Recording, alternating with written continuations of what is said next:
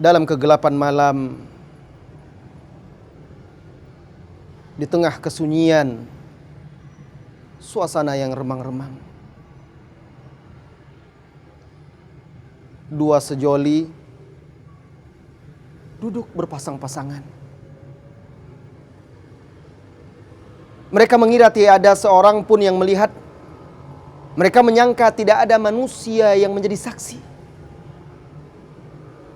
Syaitan menggoda dan membujuk keduanya. Nafsu dan syahwat mulai menggiring keduanya untuk melakukan maksiat.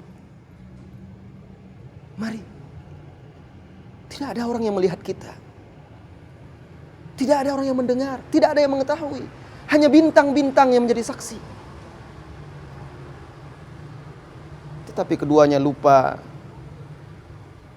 bahwa yang menciptakan bintang-bintang tersebut bersemayam di atas arsy sana, mendengar, melihat, menyaksikan dan mengetahui apa yang diperbuat keduanya. Sekalipun mereka lupa, tetapi dua malaikat yang senantiasa mengiringi mereka tidak lupa mencatat apa yang mereka katakan, apa yang mereka perbuat dalam kegelapan, dalam keheningan, dalam kesunyian malam tersebut. Saudaraku, saudariku, idza khalauta biribatin fi dhulmatin wan nafsu da'iyatun ila tughyani, apabila engkau berkhalwat dengan maksiat dalam kegelapan dan nafsu membawamu untuk bertindak berbuat aniaya, fastahi min nazaril ilahi wa qul laha innal ladzi khalaqadh dhalama yarani, malulah kepada penglihatan ilah. Katakan kepada nafsumu bahwa sesungguhnya yang menciptakan kegelapan ini melihat perbuatanmu. Sungguh makna yang dalam dari seorang pujangga. Mengajak kita untuk senantiasa menghadirkan raqabatullah, pengawasan Allah Subhanahu wa ta'ala. Manusia ketika dia seorang diri atau ketika dia jauh dari manusia, dalam kegelapan, dalam kesunyian, mengira tidak ada yang mengetahuinya berbuat dosa dan maksiat. Tetapi malaikat mengiringinya.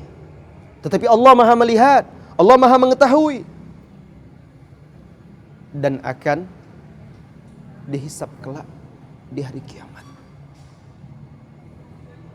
Disinilah wahai saudara-saudariku, pentingnya untuk menghadirkan muraqabatullah. Kapanpun, dimanapun, apapun kondisi dan saatnya. Kita harus betul-betul yakin dan merasakan bahwa Allah Subhanahu wa ta'ala yang menciptakan kegelapan dan malam ini, menciptakan keheningan dan kesunyian, tidak ada tersembunyi darinya.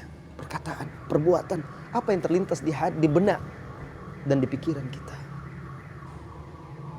Saudaraku, saudariku, yang semoga senantiasa dirahmati dan diberkahi oleh Allah Subhanahu wa ta'ala. Raqabatullah ini, keyakinan kita bahwa Allah mengawasi, mengetahui setiap tindak tanduk kita, ini pembeda antara seorang mukmin sejati dan orang yang lemah imannya. Jika Anda ingin menguji kekuatan iman Anda ketika itu, apa yang membuat Nabi Yusuf akhirnya dipanggil oleh Allah di dalam Al-Quran ayyuhas siddiq? Karena ketika maksiat berusaha untuk menjeratnya, syaitan berusaha untuk menjeratnya, hanya dia dengan seorang wanita yang cantik. Saat itu raqabatullah mengingatkan dia dan membuat dia bisa terbentengi, lari dan selamat dari godaan nafsu dan syahwat.